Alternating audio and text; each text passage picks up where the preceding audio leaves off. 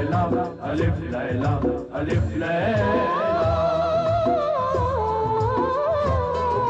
अलिफ लैला अलिफ लैला अलिफ लैला।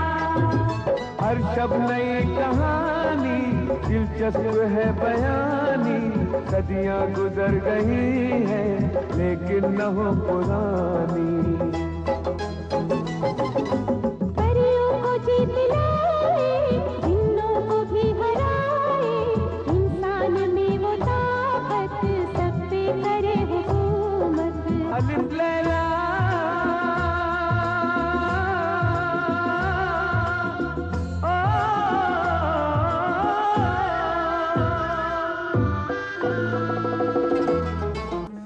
बगदाद का मशहूर अब्बासी खलीफा हारून रशीद एक ऐसा इंसानियत पसंद हुक्मरान था जो अपनी रियाया का हाल मालूम करने के लिए रात को भेष बदलकर अपने शहर, गांव और गलियों में जाया करता था। इस तरह खुशहाल और जगमगाते हुए बगदाद के अलिफ लैलवी दिन और रातों से बहुत सी अजीबो गरीब हैरत अंगेज दास्तानों ने जन्म लिया। एक दिन भेष बदले हुए खलीफा हारून रशीद एक गली से गुजर रहा था। सादिका, हमें अंदर जाने दे। नहीं, अंदर नहीं जा सकते। अब क्या होगा? घबराओ नहीं बुशरा। सादिका, हमें अंदर जाने दे। नहीं, नहीं जा सकते। हमें जाने दे। ये मेरे शौहर का घर है। ये मेरे भी शौहर का घर है। तेरा शौहर तो ये आज बना है। मेरी शादी तो इससे 5 साल पहले हुई थी। क्या तू नहीं जानती? 4 बेटियां हैं मेरी इससे। अरे हट, तमाशा न बना। हमें अंदर जाने दे। हमें हमारे घर में जाने दो सादिका। अगर तुम घर के अंदर गए तो मैं बगदाद के आदिल खलीफा हारून रशीद के पास फरियाद लेकर जाऊंगी। मैं तुम्हें वहां तक जाने नहीं दूंगा। मैं जाऊंगी, जरूर जाऊंगी, फरियाद करूंगी। अरे तेरी फरियाद सुनने के लिए उनके पास वक्त कहाँ है? वो बहुत ही मसरूफ हुक्मरान हैं। तेरी फजूल बातें सुनकर अपना वक्त जाया नहीं करेंगे। अरे छोड़। मैं अपनी जान दे दूंगी और तेरी जान ले लूंगी, मगर तुझे अंदर नहीं जाने दूंगी, समझी ना? मैं तुझे अंदर नहीं जाने दूंगी। मैं तुझे इस घर में नहीं घुसने दूंगी। तू इस घर में नहीं आ सकती। मैं तुझे अंदर नहीं जाने दूंगी। मैं तुझे अंदर नहीं जाने दूंगी। रुक जाओ, मैं कहता रुक जाओ तुम लोग। मत लड़ो आपस में। कौन हो तुम? मैं अमीरुल मोमिनीन खलीफा हारून रशीद का एक अदना खादिम हूँ। उन्होंने मुझे हुक्म दिया है कि तुम सब दरबार में हाजिर हो जाओ और झगड़े की वजह बयान करो।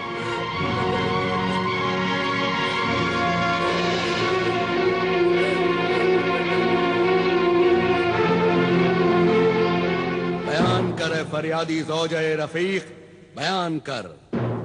रफीक और बुशरा, तुम्हें भी सच्चाई बयान करने की इजाजत है।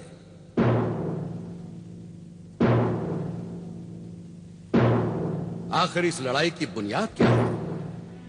इस झगड़े की बुनियाद है दूसरी शादी।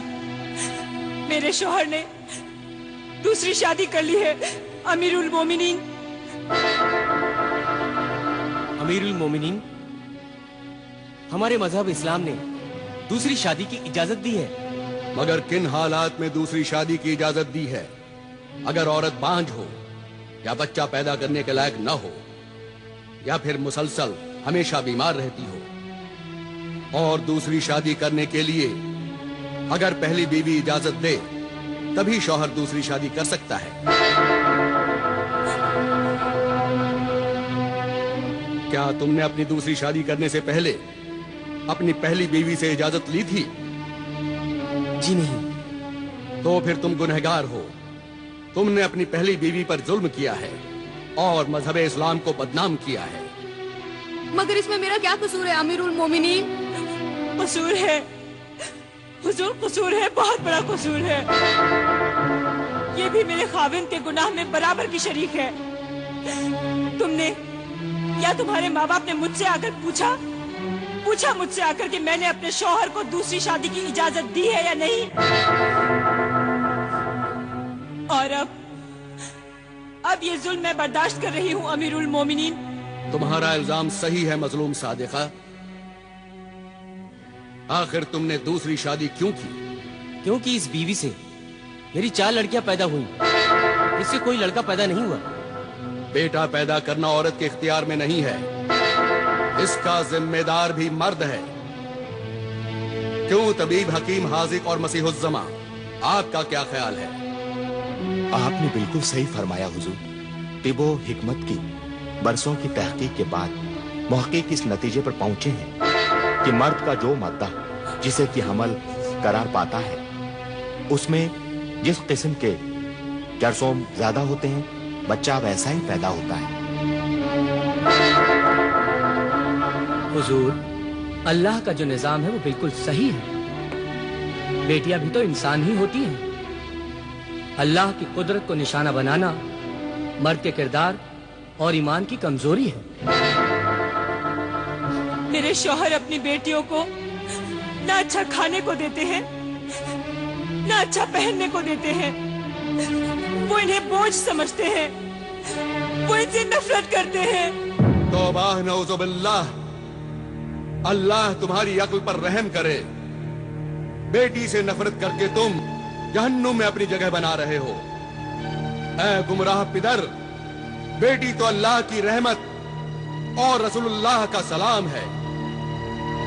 क़यामत के दिन औलाद को बाप के नाम से नहीं, माँ के नाम से पुकारा जाएगा।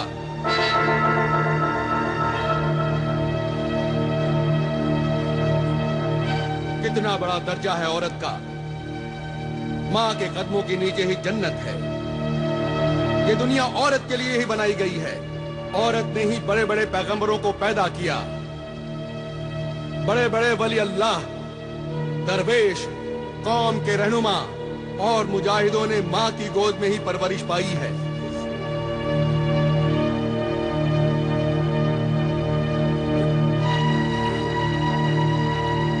जिन कौमों में औरतों को तड़पाया गया, जलील किया गया, वो कौमें भी जलील होकर तबाह हो गईं। दूसरों ने उन्हें अपना गुलाम बना लिया।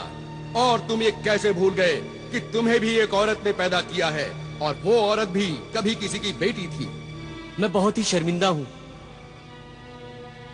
आज तक मैं बेटी को एक बोझ और फकीर समझता रहा।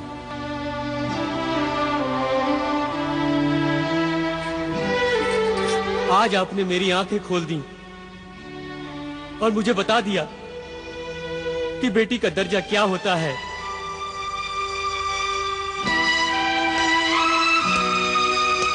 मेरी बच्ची, मैं आज तक इन पर जुल्म करता रहा, इन्हें रुलाता रहा, इन्हें कभी प्यार से नहीं देखा। मेरी बच्चियां, मुझे माफ कर दो। बेटियां तो बड़ी मासूम होती हैं। उनकी छोटी छोटी बातों का, उनकी जरूरतों का, उनके अरमानों का माँ बाप को ख्याल रखना चाहिए। अफसोस तो यह है कि औरत को खुदगर्ज मर्द ने अपना मोहताज बना रखा है। ये बेटियां बचपन में माँ बाप के सहारे पर, जवानी में शौहर के आसरे पर और बुढ़ापे में अपनी औलाद के रहमो करम पर बेबसी की जिंदगी गुजारती हैं। इसलिए मैके की मेहमान मुसाफिर ये बेटियां अपने ससुराल पहुंचने तक खिदमत ही खिदमत करती रहती हैं। इसलिए अपनी बेटियों को खूब पढ़ाओ, इल्म और हुनर सिखाओ, ताकि वो मर्द की मोहताज न रहें और बेसहारा जिंदगी होने पर इज्जत की रोटी खा सकें। याद रखो, बेटों से ज्यादा बेटियां ही माँ बाप से मोहब्बत करती हैं। मुझे माफ कर दीजिए हुजूर, मुझे माफ कर दीजिए। मुआफी मुझसे नहीं, अल्लाह से मुआफी मांग। अपनी मजलूम बीवी और मासूम बेटियों से मुआफी मांग और जा अपनी बेटियों की बेटों की तरह परवरिश कर।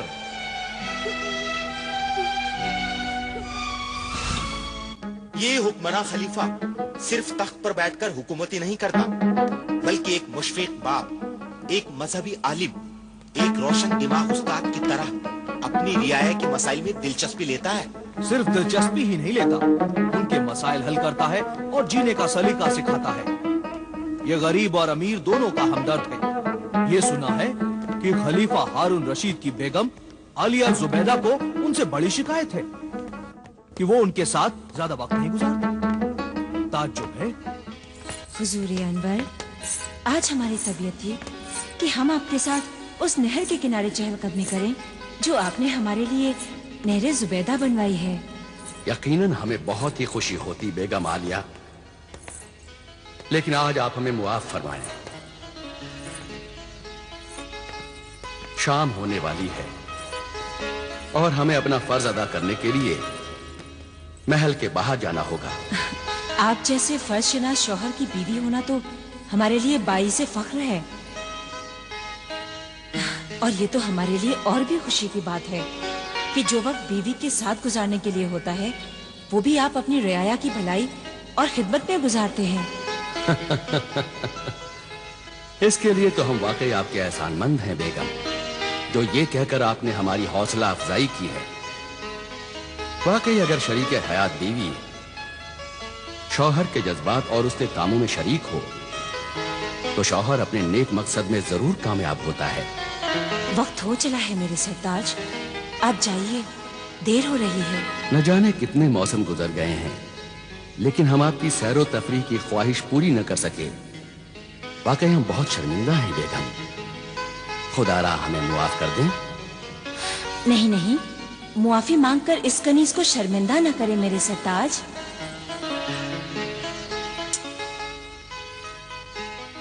जब बीवी अपने शौहर की हर ख्वाहिश को अपनी खुशी बना लेती है तो उसे किसी बात का अफसोस नहीं होता, और हम इस बात को अच्छी तरह जानते हैं मेरे सरताज कि जो लोग आप तक नहीं पहुंच पाते आप उन तक पहुंच जाते हैं। अल्लाह हाफिज। अल्लाह हाफिज मेरे सरताज।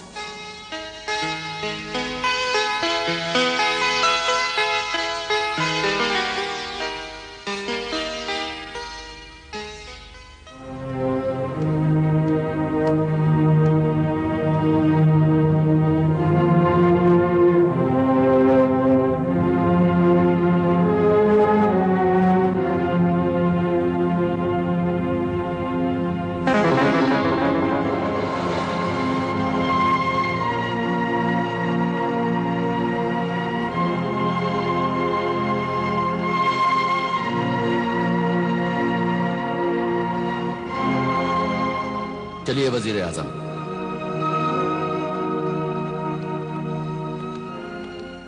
अल्लाह के नाम पर कोई खाना खिला दो, मुझ भूखे फकीर को कोई खाना खिला दो। मैं 3 दिन से भूखा हूँ, कोई फकीर को खाना खिला दो, नहीं तो मैं भूख से तड़प तड़प कर मर जाऊंगा। मुझे कोई खाना खिला दो, अल्लाह के नाम पर कोई।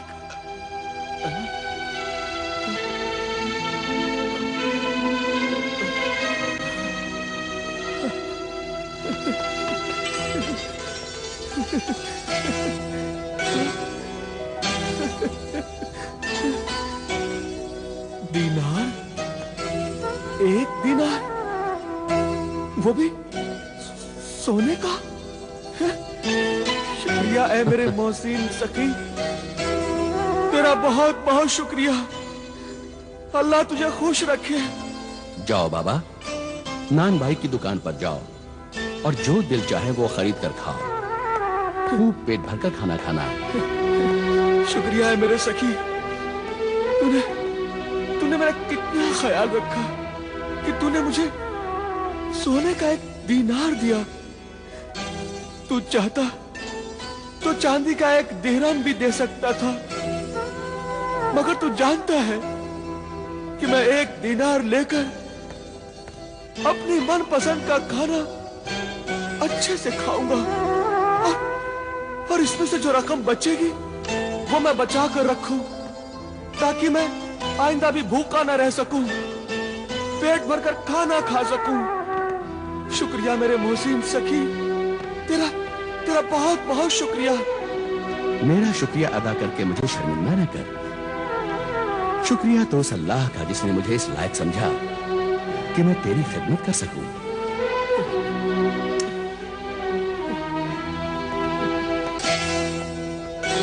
जाओ बाबा, और जाकर पेट भरकर खाना खाओ और उस अल्लाह का शुक्रिया अदा करो। हाँ, जाता हूं, मगर खाना खाने से पहले मेरी एक शर्त है। तू मानेगा ना उस शर्त को? हाँ? शर्त? कैसी शर्त?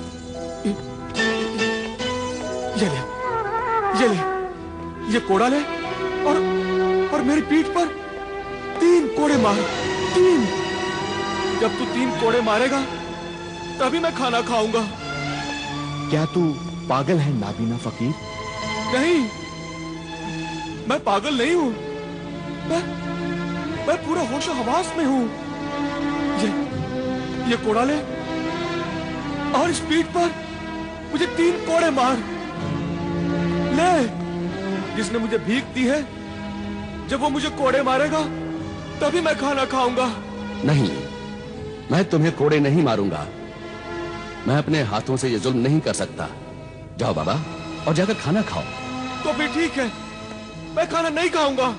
जाओ बाबा, तुम हमें परेशान कर रहे हो। अरे परेशान तो तू कर रहा है मुझे। ये ले कोड़ा और मेरी पीठ पर 3 कोड़े मार। रहम कर, मुझ भूखे पर रहम कर। नहीं, मैं तुम्हें कोड़े नहीं मारूंगा। नहीं, तू नहीं मारेगा कोड़े? ठीक है, फिर अपना 1 दिनार भी ले ले। मुझे नहीं चाहिए तेरा ये दिनार। अल्लाह के नाम पर मुझ भूखे फकीर को कोई खाना खिला दो। अल्लाह के नाम पर कोई खाना खिला दो। अल्लाह के नाम पर कोई खाना खिला दो।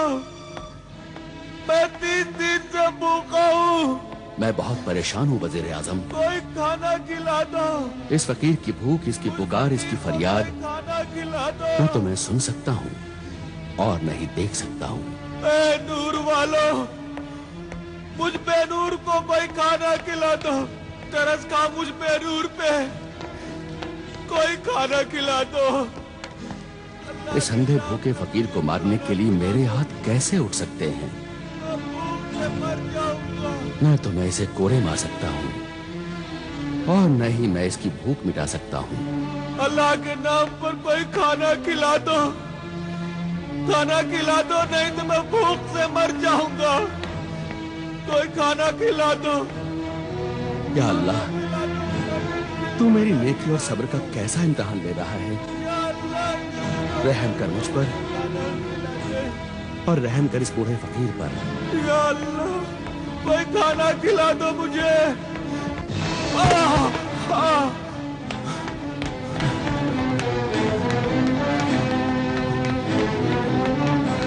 अरे बाबा, बाबा, बाबा, उठो बाबा। बाबा, कौन हो तुम? मैं एक तालिबे इल्म हूँ। बगदाद में जो कुतुबखाना है, वहां किताबें पढ़ने के लिए आया हूँ। अरे तुम वही हो ना जिसने मुझे सोने का दिनार दिया था? है तालिबे इल्म, इस बगदाद शहर में तुझे इल्म तो मिल जाएगा, मगर मुझ भूखे फकीर को रोटी नहीं मिलेगी। रोटी नहीं मिलेगी मुझ भूखे फकीर को। जरूर नहीं मिलेगी। अल्लाह के बेशुमार नेमतों से मालामाल बगदाद शहर में कोई भूखा नहीं मर सकता। उठ ऐ जिद्दी फकीर, मैं अपने इन बेगुनाह हाथों को गुनहगार बनाऊंगा। मैं तुझे कोड़े मारूंगा और तुझे खाना खिलाऊंगा। तो तू मुझे कोड़े मारेगा? शुक्रिया मेरे मोहसिन सखी, तेरा बहुत बहुत शुक्रिया। ये कोड़ा ले और मेरी इस पीठ पर 3 कोड़े मार। ले मार कोड़े। या अल्लाह, मुझे मुआफ करना। मार, जोर से कोड़े मार, तभी मैं खाना खाऊंगा। मार। या अल्लाह, मेरी तौबा है। अल्लाह मुझे मुआफ करना। मार, दूसरा कोड़ा मार। मार मेरे नेक नफस मददगार, मार। तीसरा कोड़ा मार, जल्दी मार।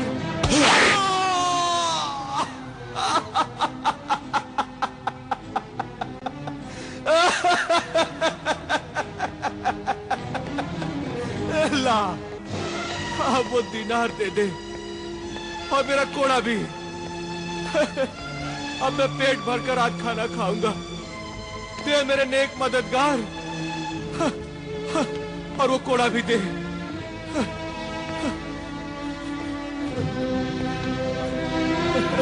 आज मैं पेट भरकर खाना खाऊंगा। पेट भरकर खाना खाऊंगा मैं। पेट भरकर खाना खाऊंगा।